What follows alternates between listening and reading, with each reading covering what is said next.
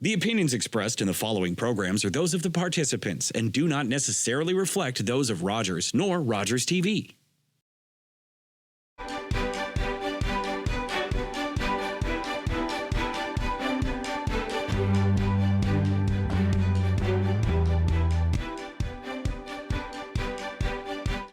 Hi, and welcome to Politically Speaking. I'm David Shearman. My guests today are Lori Wilder, who is Director of Education at the Bluewater District School Board, and Jane Thomson. And Jane is the Chair of the Board of Trustees of Bluewater District School Board. Lori, Jane, good to have you again. Always good to talk reading, writing, and arithmetic, as the old song used to go. So, well, you got through March break, we got through Easter. The school system is still intact, and dare I say it, you're looking forward to the long weekend in May, and then school's out for summer. Sorry, it's not. I can't do an Alice Cooper. It does seem to move quickly at this time of year, don't they? Yeah. You know, I can't believe what was. It seems like it was yesterday we had talked, but my goodness.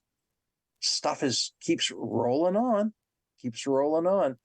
Now, as we talk, one of the things that was just released yesterday was Minister Lecce's announcement of what appears to be deeper involvement in a bunch of things at the school board. And I'm sure neither of you have been briefed on that. But is it fair? Can we talk a bit about that, or do you want to leave that for our next show, which will come up before the end of school? Probably broad strokes, but you're right. We did receive a lot of the memos from the ministry yesterday, but it was late in the day. So I know that trustees have received it as well, but I don't think trustees nor staff here have had a great opportunity to delve into it exactly. But it's certainly, when I look at the memo, it does cover a wide range of topics, all the way from transportation to governance, and how boards should be governed. At the same time, the Grants for Student Needs came out yesterday, and the technical papers, so that's our funding source. So I was just sharing, our finance people were saying they feel like their kids in a candy store today, because when those papers come out, that allows them to do the real work that needs to be done in preparing a budget to present towards trustees. So they're quite happy about that. But the other proposed legislation, I guess, still has to pass. But yeah, it was fairly significant. Some for boards, I think, would be very welcome news, and some is news that we'll just have to sift through to figure out what it might mean for us. Yeah. And I'm sure, Jane, you have digested all the memos and you have a firm grasp of them already, right? Absolutely. I did read through them all, tried to be very thoughtful and careful as I read through, but I noticed some that require legislation to pass are still looking for some consultation, which has not occurred to this point from any of the education partners. So it will be interesting to see what that feedback is. Sure. And with Queen's Park back in session now, it's probably worth keeping an eye on the legislature for whatever happens. But I think that's probably a pretty good topic for us to talk about the next time, because as I read just the summaries that have appeared in the major newspapers, it's pretty complex legislation. As you say, it's got to be passed yet, and it is very broad. Very broad. I was thinking there was one little comment about the way schools sell surplus property. And I'm thinking, okay, we've gone through that here in Grey Bruce over the last 10, 15 years. So, well, we'll come back to that one. Well, and David, I was just going to say, it's interesting you brought that one up, because just this morning we were discussing that, and it's interesting because we feel like there's already a fairly thorough process when we have to dispose of any property or assets that we have. So it is interesting that they're focusing on that, and I know it shows up a lot. You're right, you've hit on one that shows up a lot. So it'll be good for us to review the differences between what currently exists and what the expectations will be going forward. But yes, Bluewater has had an opportunity to do that over the past few years. Well, what called to my mind is the former Bayview School here in Owen Sound, Yeah. because it was declared surplus and sold, and it's been bought by the hospital and will become a treatment facility. And from anything I've heard, and I did hear a presentation at a recent Owen Sound City Council meeting, it's going to be a remarkable repurposing of that original school building. So. We shall see what we shall see, but yeah, but it's fascinating stuff. I must confess that you folks must find it in some ways a bit intriguing and frustrating, because all of a sudden this stuff drops like manna from heaven. Oh, dare I say that? It just sort of drops out of the sky, and this stuff, and then you've got staff has to digest it, and you as trustees have to handle it and figure out. The other thing I should mention too, and maybe you can confirm this, Laurie, is the legislation is often very broad, but it may or may not apply to Bluewater. Is that a fair statement? Oh, absolutely, because we don't know. There was a reference to some of the standardized testing that had been done, and schools being called priority schools.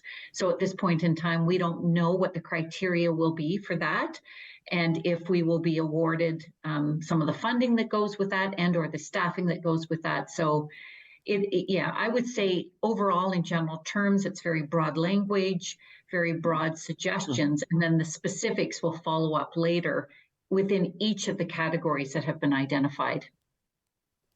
I think another thing I want to point out is that the financial announcement came at the very beginning of the new fiscal year, that provincial funding goes from April 1 to March 31.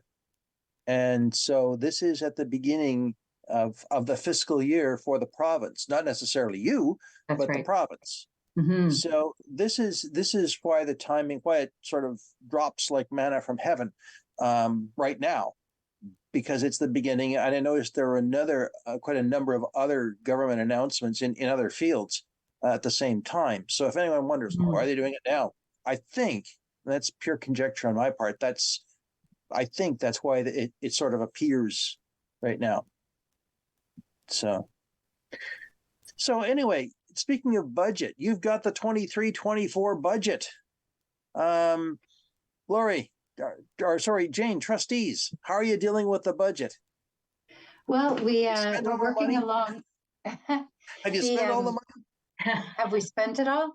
Yeah. Well, this announcement has really been very important, because up until now, it's just been, what might come. And so this allows our team now to look at it and see what we actually have, what the GSN says, and what the technical paper means for our board. But we have had meetings. Certainly it's a process that goes on all year long.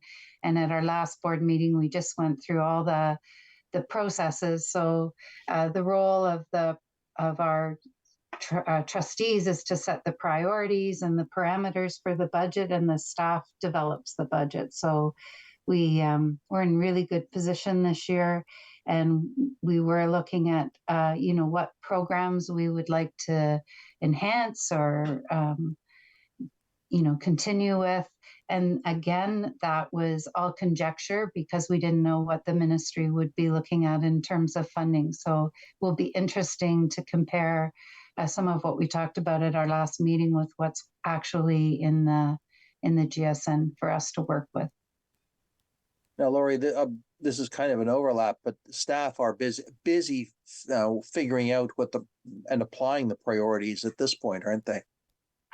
They sure are. We had, as Jane alluded to, we had a really nice meeting with trustees at our last business committee meeting. We have more planned, of course, coming up, because this is an important time with budget. But it was it's nice for a board to be in a position where we're not having to cut programming like we're seeing some of our other fellow boards are having to do. So our trustees have worked hard at making some decisions over the years that have allowed us to be in a position now that we can really do our best to try to support students in their learning, which is our priority. We have to keep, the main thing, And you started off talking about reading, writing, and arithmetic, and that is our focus along with mental health and well-being. So that's really when we presented to trustees, that was really a lot of our criteria was around that, supporting what's already in our multi-year strategic plan and ensuring that our students are supported in every way they need to be.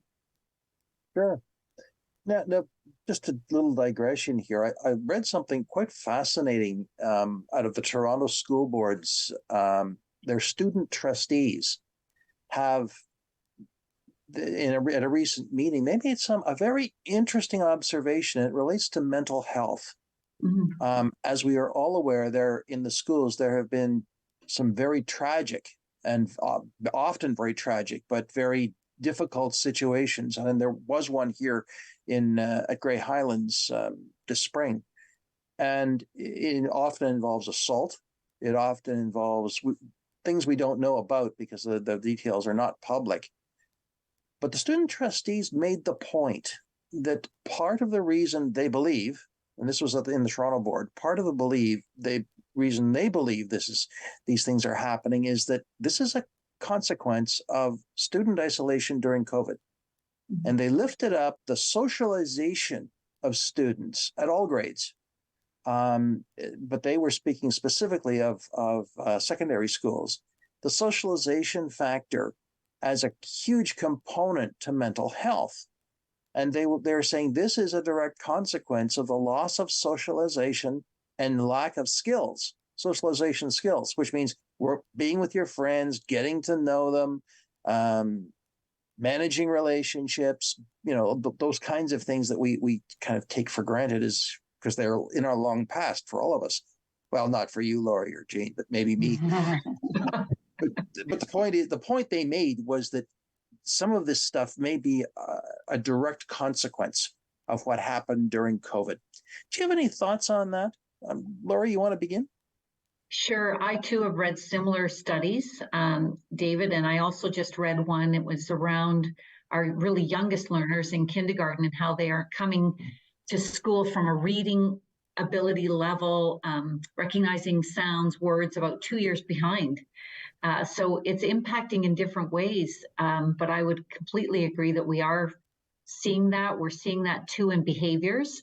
So just students being able to regulate their behavior in the young grades has been proven to be difficult. And we're seeing that. And we can only attribute it to maybe the lack of socialization that they had and interactions during COVID time, because as we all know, all of us were so isolated at the time. So the new young learners are just trying to figure it out and being with their peers and what does that look like, or even being in a classroom where there are some expectations with behavior at times. Early on, there's a lot of play-based learning, but beyond that, there's times they have to sit quietly or share, things like that. So for sure, I would say we are observing that in our education system. And I've also been reading studies that would indicate the same. Mm-hmm. Any comments there, Jane?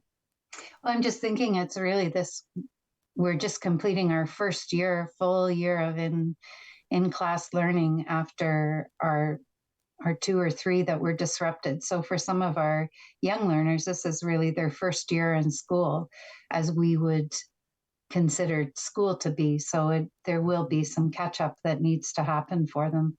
I think in lots of our topics that we'll cover tonight, we'll see that or today, that students are doing all kinds of wonderful things that when they would be at home, they wouldn't have had the opportunity to do them. So many of our reports saying returning for the first time in 2 years or 3 years. So it's exciting to see them having those opportunities again. And I suspect this will have a rolling impact through the years, because when you lose 2 to 3 years of experience, I'm not saying learning, just experience, this will play out for those young people.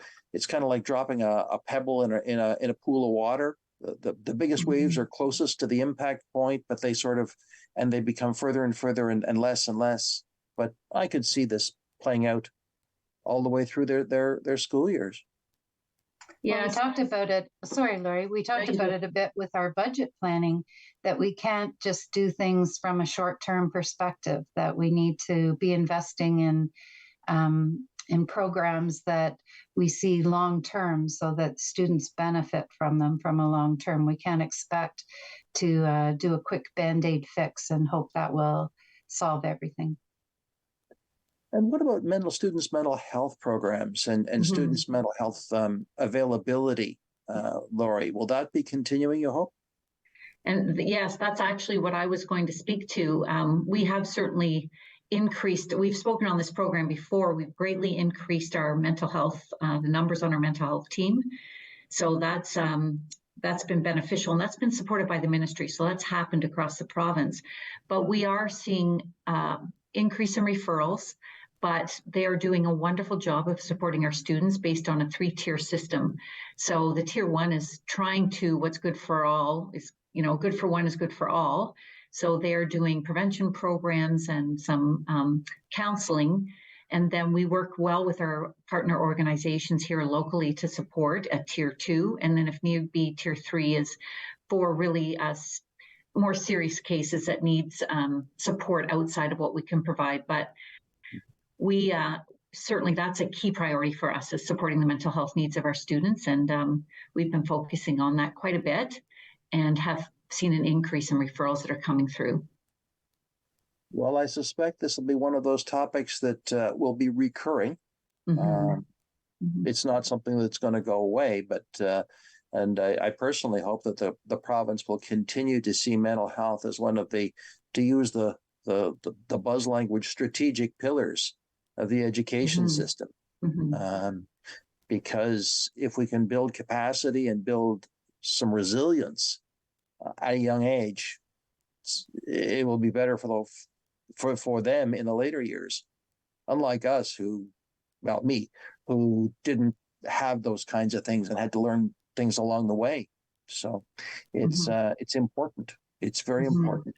Now, Laura, you mentioned I think it was you who mentioned the great things that young people are doing now. And your staff has provided me with a list of stuff, of events that have happened. And I'm thinking, yeah, we're getting back.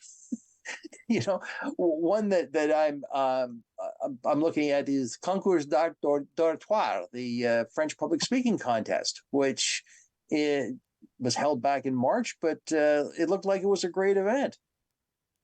I must say you pronounced that very well. Very impressive. Merci. We actually, and it's interesting, when we chose the date, the original date was on the Wednesday evening, but that was a significant winter storm, not thinking we would have had such a significant storm. So we had to move it to the Thursday.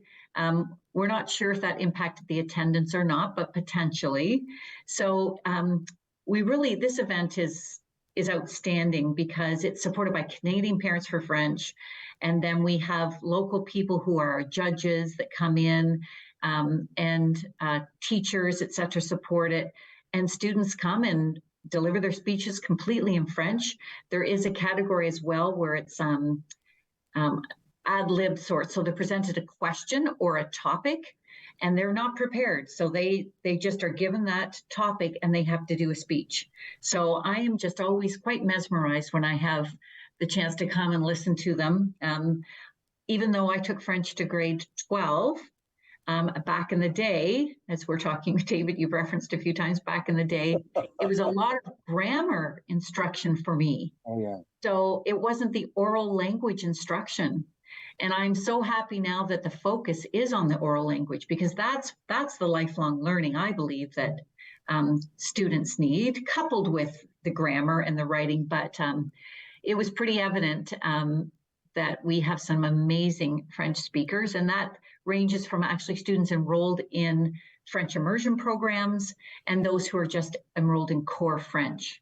So you see different skills, but even some of the students in core French, just their speeches can just blow you away. They're just amazing. So French language instruction is well and alive in Bluewater. We're very pleased with our programming, our French immersion programming. And the nice thing I've seen compared to some other boards, we do not have a lottery system to get into our French immersion programming. Anybody that wants in, if it fits within where they live, can. And even we extend our bus boundaries for those students to be on for French immersion students to get to a school that might offer that programming. So it's a great evening all around. Mm-hmm. And what's really cool is that often the ability to speak one language like French allows you to translate or to move more easily into other European languages such as Italian or Spanish, because oh yes, I remember the days. Conjugate. Oh, at least you remember that, David. I don't remember much. I went to school in the province of Quebec. That's why. Oh. up until the end, almost the end of public school.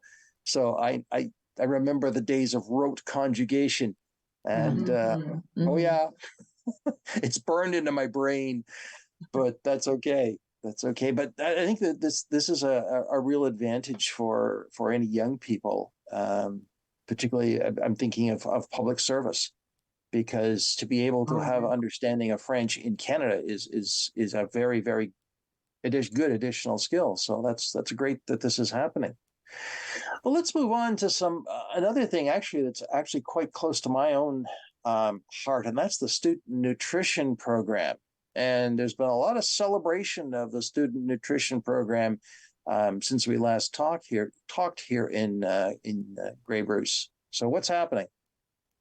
I'm wondering, because Jane was part of the presentation. Jane, did you want to start on that one? Sure. We did have a special guest, Bev Gateman, and it was an honor to have her join us because she had served as the local coordinator for many, many years and has just retired. So that was a real opportunity to thank her for her services, and also a way to recognize the student nutrition program. I don't recall the number of students that get served in our board every day, but it is huge. And the volunteer hours that go into providing this service for our students is remarkable. So it was a lovely presentation. If I may add, I think one of the things that Bev Gateman had said in her presentation is that we're one of the few boards that offers a breakfast program in every one of our schools across the board. And it's available to all students. So there's and they just come in, and different schools operate it differently. It might be a tray in a classroom of food, or it might be something in the hallway they can just pick up and go. But it's been a phenomenal program, and it's amazing the students who come and haven't had breakfast for a variety of reasons. It may just be that they got up 5 minutes before the bus came, for example, or that they're just another, just with our demographics, it might not be food in the home. So if we can provide that for them, we are just pleased to do so. The other thing that they did highlight, though, and I think it's important for all your viewers to know, is the funding for that program is very small. So it's people have to use a lot of ingenuity and look for opportunities to stretch the dollar as far as they can. So there is always a welcome if people want to donate to a program. The breakfast clubs in any of the schools would be very appreciative of that. And perhaps the easiest way to do that is just to call your local school and say, I want to make a donation. And hey, I also know you get a tax receipt for those donations too, if you make them directly through the school or through the board. So that's something to consider as well. I also want to, because I happen to know a couple of the key people who are running the program in different parts of Bluewater. The really cool thing is that the kids themselves do a lot of the participation. They don't just consume. They also help in setup. They help in cleanup. They're really involved as well, and it helps. From what I've been told, and these are adults who tell me they really appreciate the ability to have relationships with the young people, And the young people seem to appreciate the relationships with seniors or those who are not their parents. And it becomes a very, very good learning opportunity that you wouldn't think happens, but it is. One of our trustees, Tracy Atkinson, she has served as a long-standing volunteer, and everything you've just described, she brings to our table periodically. She'll bring stories about, her time volunteering, and students know her so well now, they'll approach her and ask lots of questions, but I know that it really fills her up with joy and happiness, being able to support the breakfast program. So we are so fortunate for our volunteers. I tell you, with these programs, and Bev Gateman will be greatly missed because she has been doing this for a long time. And I know she talked about the very beginnings of it, and she just had a small goal. And I think it was maybe I'm going to put out a number, like 5 schools that she wanted to support this in. And it just grew and grew and grew. And her fundraising capabilities grew and grew and grew. So nobody could say no to Bev. So we'll miss her greatly. Well, I've met Bev on a couple of occasions, and yes, you can't say no to Bev. She's been an absolute driver for the school program. Absolutely, it's incredible.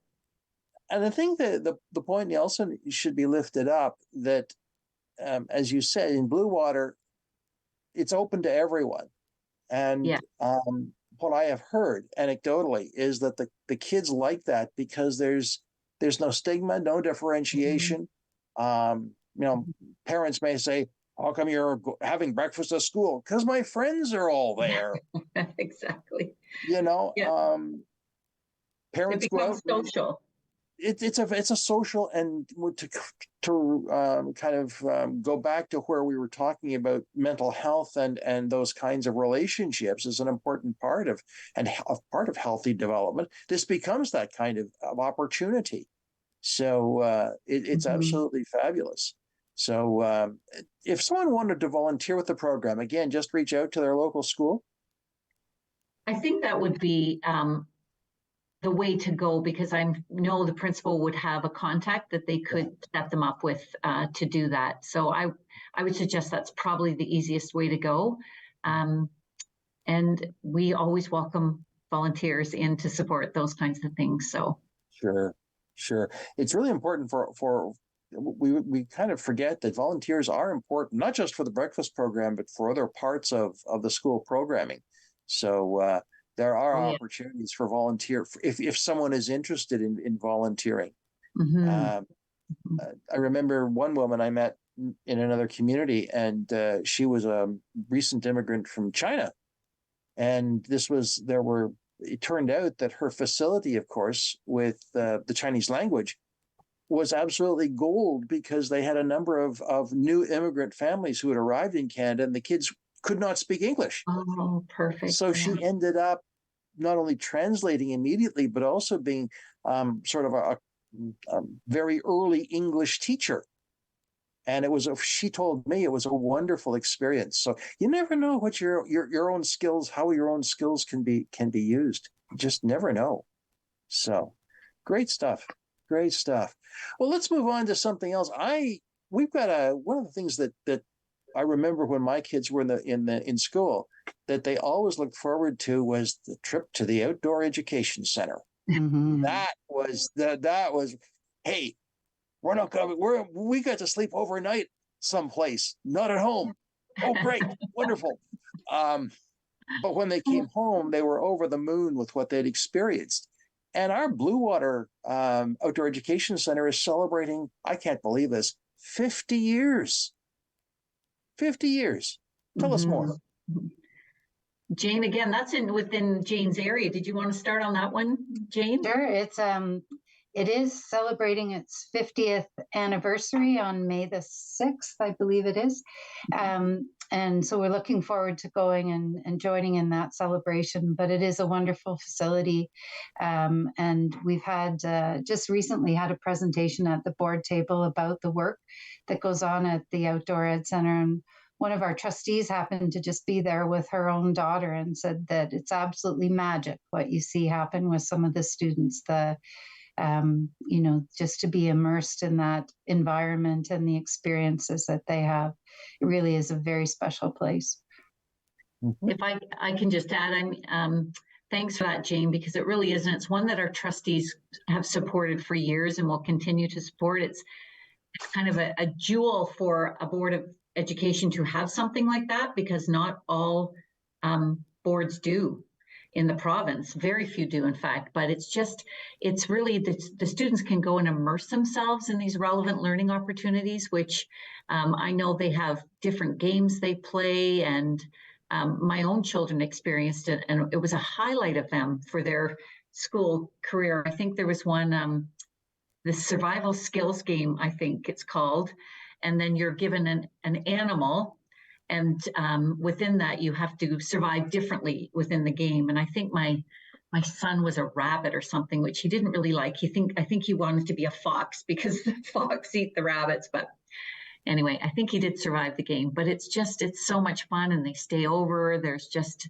when we talk about socialization, that's there. You're connected with nature, promoting well-being. It's just a fabulous opportunity. And Jane, you were right with the date. It is May 6th, and it's open to guests as well to come. It's a celebration. They are selling tickets, though, for that opportunity, just because we are in partnership with the Bluewater Outdoor Ed Foundation. And so they do fundraisers such as this to help support. So tickets are $25 a person, and it's on May 6th. And it's being, they have a new chef there. And I've not experienced his food yet, but I hear it's fabulous. Yes, so, I hear so too. Oh, we'll have to get there, Jane, just to try out this food. But there will be food served and some speeches and a presentation. So if anyone wants that, they can go onto the foundation website. I think has the information as well. Great. Well, we're going to have to take a quick break, and because, hey, my list isn't finished. Don't know about yours, but mine isn't. And we'll be back. Friends, I'm David Shearman. This is Politically Speaking, and yes, we'll be right back.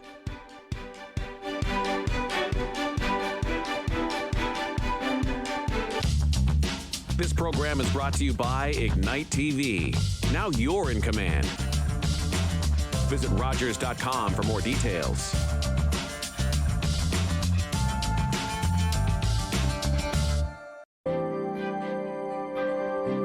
This is Rogers TV. My name is Mary Jane Murray, and I've had this wonderful opportunity to volunteer for Rogers TV in various capacities for about 5 years now. I have loved working with all the folks. I love working with the other volunteers and the personalities and the characters that come along with that. But also, it's a community service. And I think that it's really important to have people who are truly interested in their community volunteering with Rogers. And how I would highly recommend it. You have the opportunity to grow with yourself, to grow into your community, to see and meet new people all the time. And volunteering at Rogers can give you this wonderful sense of belonging. Don't forget to tune in to Grey County Life on Rogers TV next week. We're going to be talking with folks from the Georgian Bay Garden Club.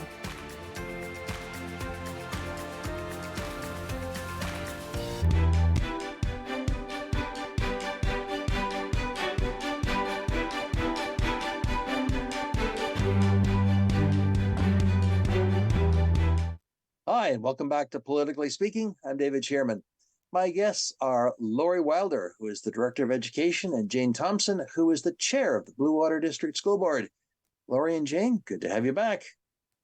Thank you. Glad you didn't disappear in our brief break. You never, but with technology, you never know. You never know. Anyway, you never know, especially up on the peninsula, right, Jane? That's right. Yeah. Although anyway, I got fiber now. Do you? Yes. Wow. You know, that reminds me of a whole other can of worms we've talked about in the past, and that's the increased amount of fiber that is going into Grey Bruce. I've noticed it up and down the roads, and even the rural side roads. There's a huge amount of fiber that is being installed. Lori, are you seeing the benefits of any of that yet, or is that yet to come? Well, it's just it was interesting during, of course, COVID, and we're moving to remote learning, and then we're back again, and all of those kinds of things. So there was quite a focus on internet connectivity during the time of COVID. But now that our students are back in school, for the most part, we still offer remote learning for those that want it, but our numbers are quite small. So it hasn't been as evident if it's been beneficial or not to us, but I know our technology department is happy that this is going in because it will make their job easier, and certainly in the long run, it will be better for our families. So we look forward to the completion. Yeah. Well, a brief anecdote about installation of fiber here in Owen Sound. You are probably aware, Lori, that there was about 5-6 years ago a fiber optic line put in between the Old West Hill and Hillcrest School. Mm-hmm. Goodness knows how many dollars. Anyway, when the construction company came through the area, I noticed that they were standing there the guy was scratching his head and trying to figure out what he was. He was looking at something as his big box on the ground. And I said, "You realize there's another fiber line there?" He said, "What?" I said, "Yeah, there is. It wasn't on their maps." and so what I said to him, I said, "Here's where it runs. You see that school over there and that school up there, that box, that below ground vault, that's where the fiber is. That's all. So be careful where you dig." "Oh, okay, no problem." And he went off to talk to his boss. So they didn't know. You were meant to be there, walking by at the exact time, David. That's a great story. Oh my goodness, thank you. Well, knowing what it costs when they cut fiber to fix it, and the interruption it has, I'm glad they were able to find it, because the digging was, they've gone through this neighborhood and they're now in other neighborhoods, but the disruption can be quite something. Yeah. So, but none of that was. But he did say, and I'll tell you this: the contractor did say they really appreciated the people of Owen Sound for what they knew. He said, "We really appreciate that because they're telling us things that are not on the map." So if it helps them avoid issues, hey, that's great. It's a great story. Oh yeah. Anyway, let's get back to what's happening at the school board. And I remember some of the other big things that have happened in the past, because my kids participated, were things like science fairs. And you have recently had the Bluewater Regional Science and Technology Fair. Is this something that is this another program that has returned and will continue? Well, I was just going to say, Jane did allude to that, and I would agree. A lot of our reports do say on them just that this hasn't been with us for a couple of years. So yes, it did return in full force. It's been since 2019 that we've been able to host it. It was hosted over 2 days. Back April 5th had the senior fair, and April 12th had the junior fair. Participation was wonderful. It was held at the Owen Sound's Bayshore Community Center, which is a great place for that. And there were amazing exhibits, very diverse. We have the judges that go through and judge them, and then they award the medals. And they there's a lot of criteria that goes into it for the judging that they're presented with when they look at that. And they also converse with the students and ask them questions about the project to make sure that the student has a sense of what the project is. I mean, we all do giggle back and, we talk about when mom and dad do the project as opposed to the student. We want to make sure that it's authentically done by the student and is represented by what they have learned and what they know.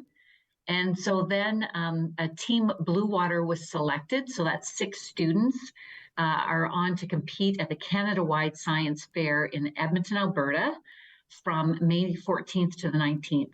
So what an opportunity for these students to be able to go fly to Alberta and to be able to participate at that way. And we know it just takes so much dedication and effort and research to be able to pull these projects off. So we're glad that it's back.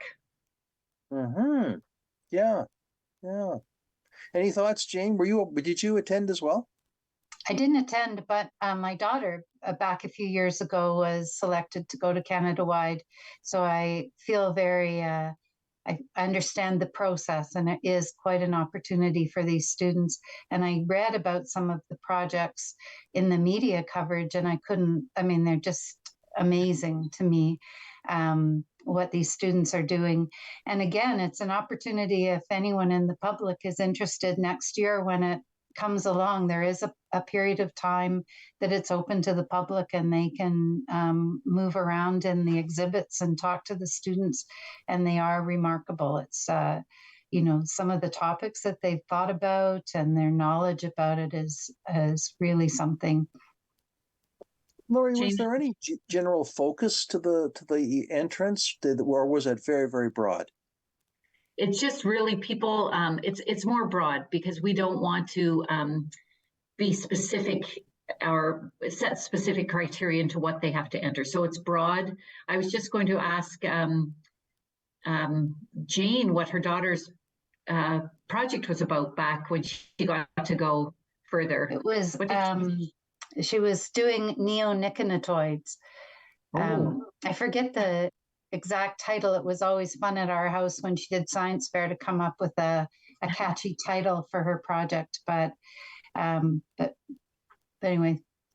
I would, in response to David's question, they're not specific, but the projects do range from horticulture and agriculture to environment, energy, food consumption, social media, and everything in between. So there's no set criteria. What would be the youngest grade level? What would be the youngest grade level that you would see at a science fair? Grade 4. Grade 4. Yes. Okay. Yeah, Right. the junior grades are grade 4 to 6, and then the seniors 7 to 12. Mm-hmm.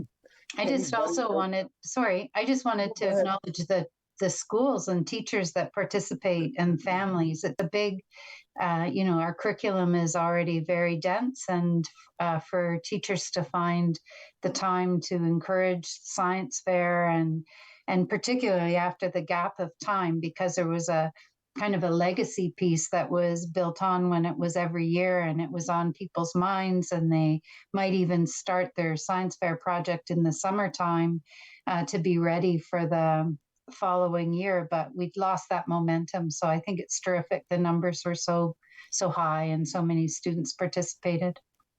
Sure. Any budding Nobel Prize winners there? I did read about a student, and if I get this right, it was around the use of Braille. Yeah. Do you remember that, Jane? So, but it was the opposite. It's not Braille. It's like you can text to Braille. I think what it was, he's just in grade 8.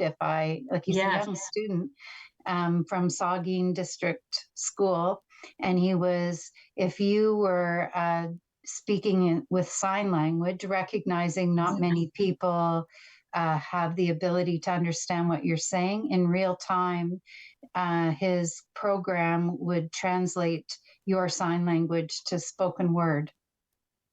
Wow. Thank you. Mm-hmm. Wow. That student's got a very bright future. Yes. If they can do that at grade 8. Yes. Who knows? The interview was saying, I think they were also impressed with it, if I read it correctly, that they were kind of wanting him to keep it quiet. And his dad said, no, he wants this to be an open source software so that it makes communication more accessible for people. So I would say, yes, very impressive. Yes. That's kind of what I call the spirit of Banting and Best, who sold the patent on insulin for $1 to the University of Toronto, who then made it and made it available to the world. So, yeah. And I mean, his concept is amazing, but I would have no ability to start the process to do the work that would be required. So it's all very impressive to me. Great. Well, it's lots of potential here. You never know where these avenues will lead, do you?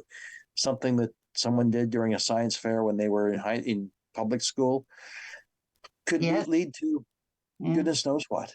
Yes. So, yeah, that's great. Well, speaking of fairs, there was the Regional Technological Challenge as well that happened, which is another event I believe that has returned. Regional Technological Skills Challenge back in March. So tell us about that. Well, and that's one too that we had great momentum with that one, and then COVID hit. So we're trying to get back at it as well. And so we this time were able to host a skills challenge in both the culinary area and the welding area. And so this is for our secondary students, and it's supported by the Ontario Youth Apprenticeship Program.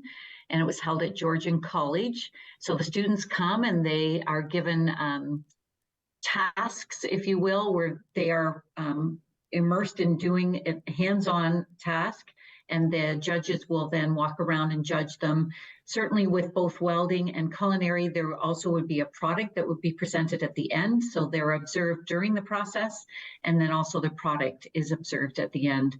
So again, a range of criteria, and 6 students will move on to the next level, which is the qualifying competition for provincials. Well, that's already happened in April. I did read in social media that a student from Kincardine District did place 3rd in the qualifying. So that student, that was in culinary. So he will be moving on to, on May 2nd, the skills competition in, where's that being held? I'm not sure, I think maybe in Toronto. So I haven't yet heard about our other 6 that had competed, but I know that he's moving on. So that's good news. Well, if they may not win a Nobel Prize, but he certainly will feed the world. Yes, we all need that. Absolutely. I was thinking, sorry. Go ahead, Jane. I was thinking as we were looking at all the topics for today, it just shows the range, all the pathways that students may take as they go through school. Our students that are in the science and, the STEM or STEAM, and then our students in our technological training, our students that love public speaking. We have both in French and English, but all the opportunities, our sports, of course, that go on all year long, the students that excel at that, just the range, everyone's different and what their pathway will be and what we have to offer them. It's exciting to see them all being celebrated. Yeah.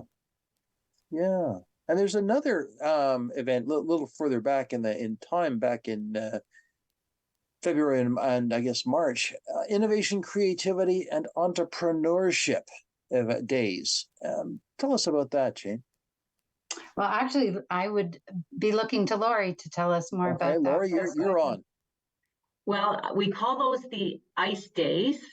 Thank you for letting us know what the acronym is, David. And this is for our students who are in our specialist high skills major programs. So it's a very unique opportunity where they come and they create and they do learn about entrepreneurship, because we want them to consider their future and what they may do, and the entrepreneurship and innovation. We need thinkers like that going out into the world, just as we talked about the young student with the sign language app. So we have different sectors within our specialist high skills major.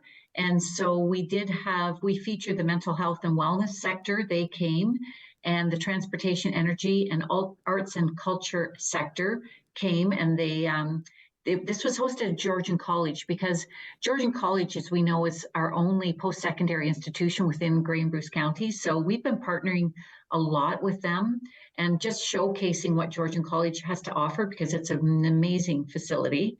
So the students were able to tour the campus at the time, but they are immersed with this. They have facilitation. And at this point in time, they were led by the Nuclear Innovation Institute. And they had a wide range of topics. So, and Bruce Power also presented many of their diverse career offerings that they have available. to students because they're a wonderful major employer in our district. So as well, they had a group from Georgian called Change Makers, and they spoke about the future and the possibility of jobs, educational requirements. So, and then later on in the day, that some certifications were offered to the students.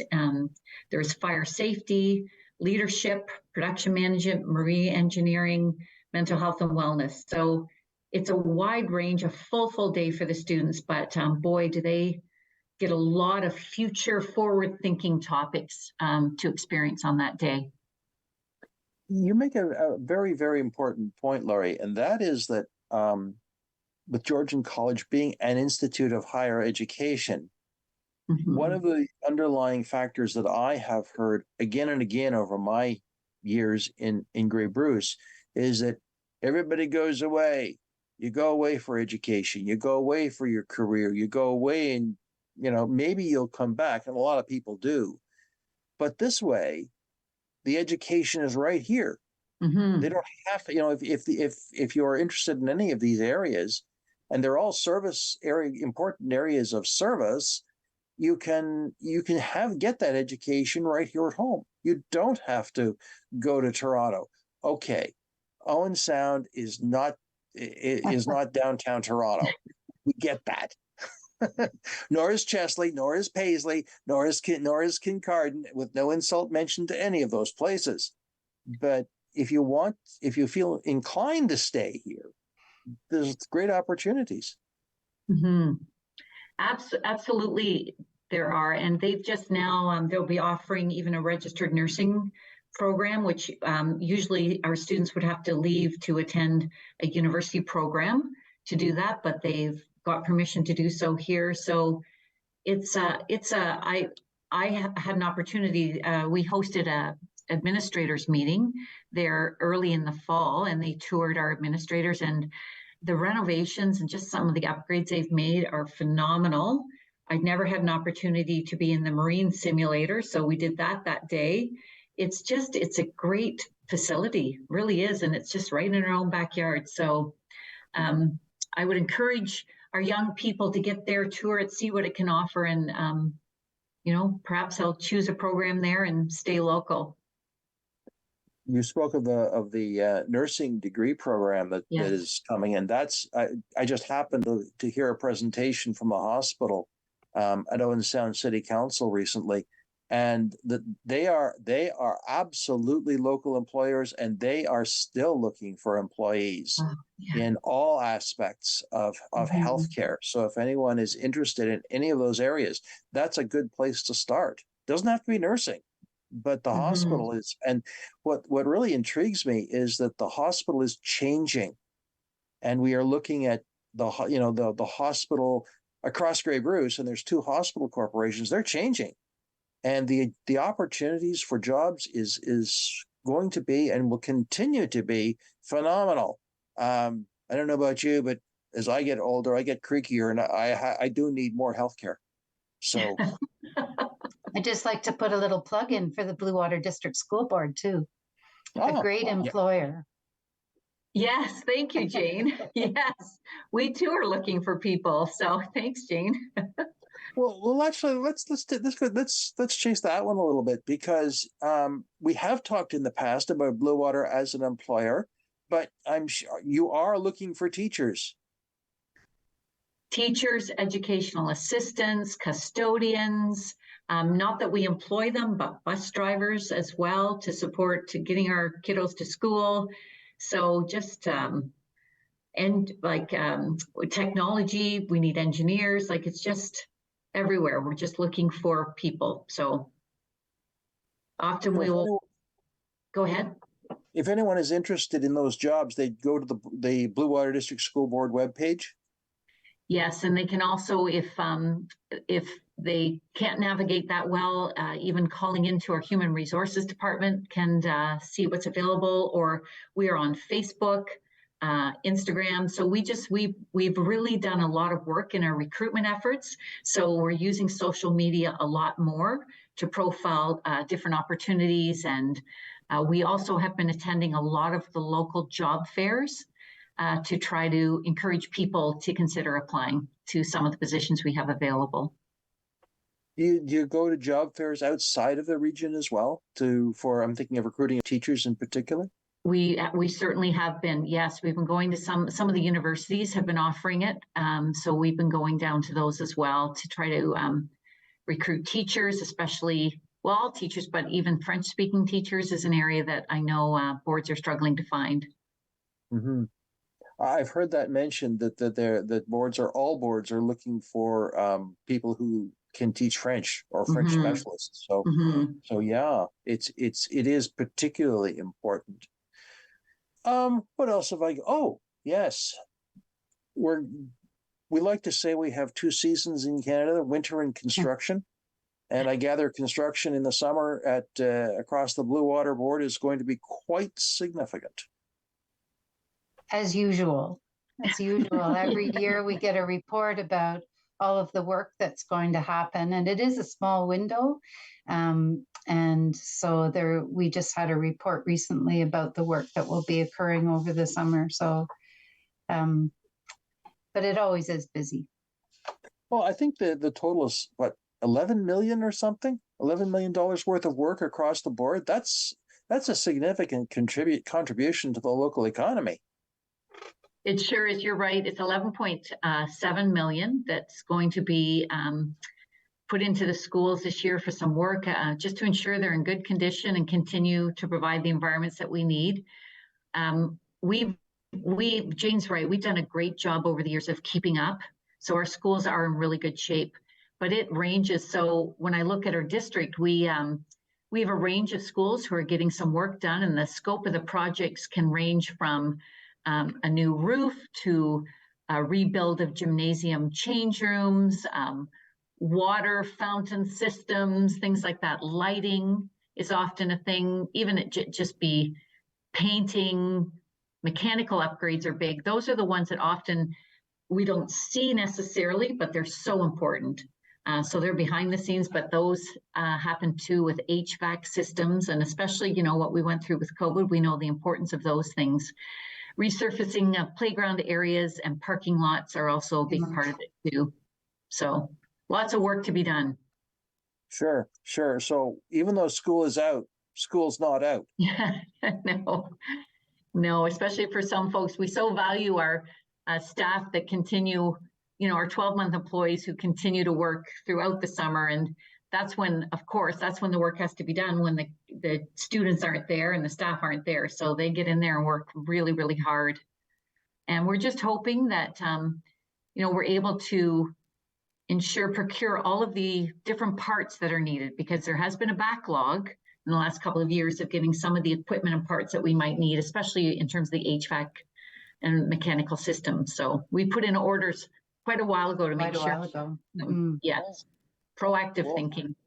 I hate to tell you, but we're just about out of time. And I always find the conversation with Bluewater District School Board so very interesting. So I want to thank you, Jane and Lori, for sharing what's happening at Bluewater. Hey, school ain't out yet. So thank you both. Thank you. And thank you, friends, for being a part of Politically Speaking. I'm David Shearman. We'll talk again.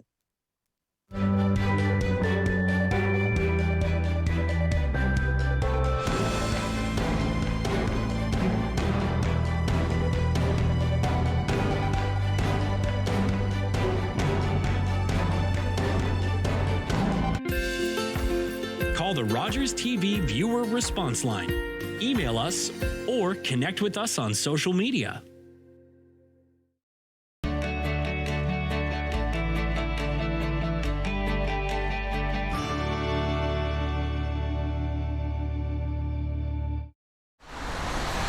Are you the type who would keep going or stop? It's not easy to stop when you have an addiction. Legalizing cannabis won't stop addiction. It trivializes its consumption. Let's be vigilant. If you need help, visit portage.ca. Now you can enjoy Disney Plus on Ignite TV. Just say Disney Plus into your Ignite TV voice remote and stream Disney Plus movies and series